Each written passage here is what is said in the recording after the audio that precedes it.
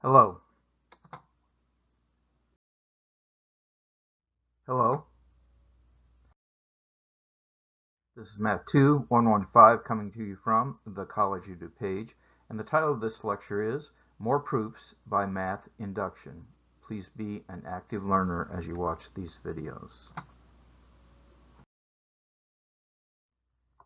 This is a quote from a famous computer science fellow in 1984. Math induction is the standard proof technique in computer science. We'll talk more about that today.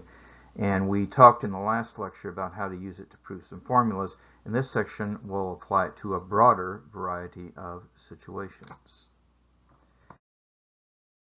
As a first example, consider the argument that the U.S. penny should be eliminated because it isn't profitable to produce. You see, it costs more to make a penny than a penny. So if the penny were eliminated and another coin worth 3 cents were introduced, what prices could be paid using only the 3 and 5 cent coin? So you have to think about these things for a while before you can jump in and solve them. But what we see is certainly you can't have a 1 cent or a 2 cent bill paid with these coins, but you can have a 3, you can't have a 4, and you can't have a 6 and 7. But starting with 8, you see that we're able to do this, at least for a while. And so that's a question, is can we do anything with that? Now, to meet this challenge, you have to think about this even further, other than thinking about examples. And you realize after you think about it for a while, there's just one of two situations that can occur, and these are case 1 and case 2, like we talked about. So this is going to be a proof by cases and by induction. So either the entire collection worth k cents is going to contain a 5 cent coin, or it does not.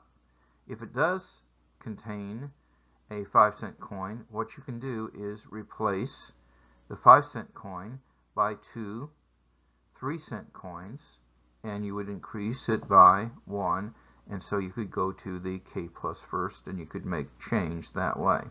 On the other hand, if you obtain this without using a 5 cent coin, then you only have 3 cent coins. And if the total is more than 8, then 3 or more 3 cent coins must be included. But in that case, you can exchange 3 of the 3 cent coins by 2 5 cent coins, and you're to the k plus first cents. And these drawings kind of show you what happens with that. That's the heart of the argument.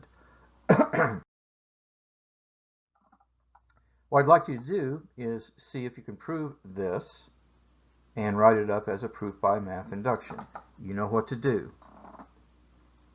Let's see how you did. So you have to show that P of 8 is true. That's where you're starting, and so that is a 3 cent coin and a 5 cent coin. So you're really done. Now you're going to assume that for every k greater than or equal to 8, if pk is true for every k greater than 8, that's the induction hypothesis, then pk plus 1 is also true. So this is the induction hypothesis, and that is that k cents can be obtained using only 3 and 5 cent coins. Now you have to show that pk plus 1 is true, and that means you must show that k plus 1 cents can be contained by that. So there is the case 1, and there is a case 2, but in either case, you can get k plus 1 cents. So we have proven that by math induction.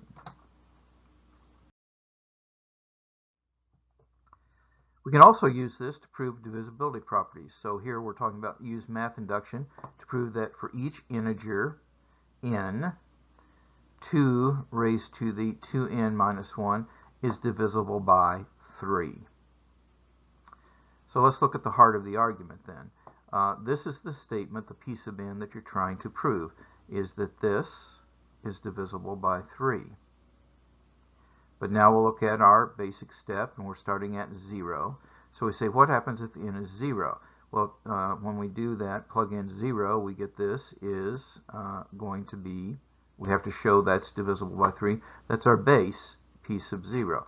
Now, our assumption, the supposition for the inductive step, p sub k, is that you put k in there for n. So 2 to the 2k minus 1 is divisible by 3.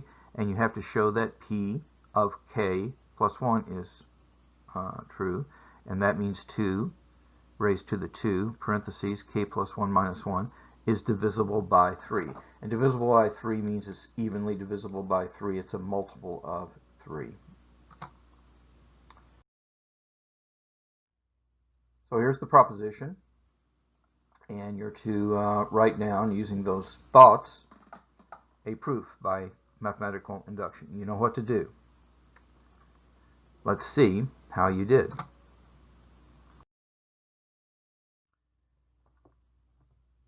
Okay, so here is what P sub n is, and you have to show P sub 0 is true. But if you plug 0 in, you get 0, and 0 is 0 times 3, so P1 is true. It is a multiple of 3.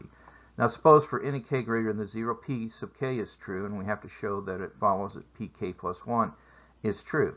So let's talk about that. So if k is any integer, and we're taking Pk, that means P2k minus 1 is divisible by 3, and that means it's equal to 3 times r for some integer r. And what we have to show is that 2 to the 2, parentheses, k plus 1 minus 1 is divisible by 3, and that is pk plus 1. So now we do some algebra. So 2 to the 2k plus 1 minus 1 is, we distribute that 2 in the exponent, and we get this expression. And then we use properties of exponents. This is the same thing as 2 to the 2k times 2k minus 1. But 2 squared is 4. And 4 is 3 plus 1. So I can distribute this 2k, and what I will get is 2 to the 2k times 3 plus 2 to the 2k times 1, which is here, and then minus 1. But this, by the induction hypothesis, this part is 3r, and this is 2 times 3, so I can factor the 3 out, and you see I show that this is a integer multiple of 3. So we have proven that divisibility property. We'll continue this discussion in 11.1. See you there.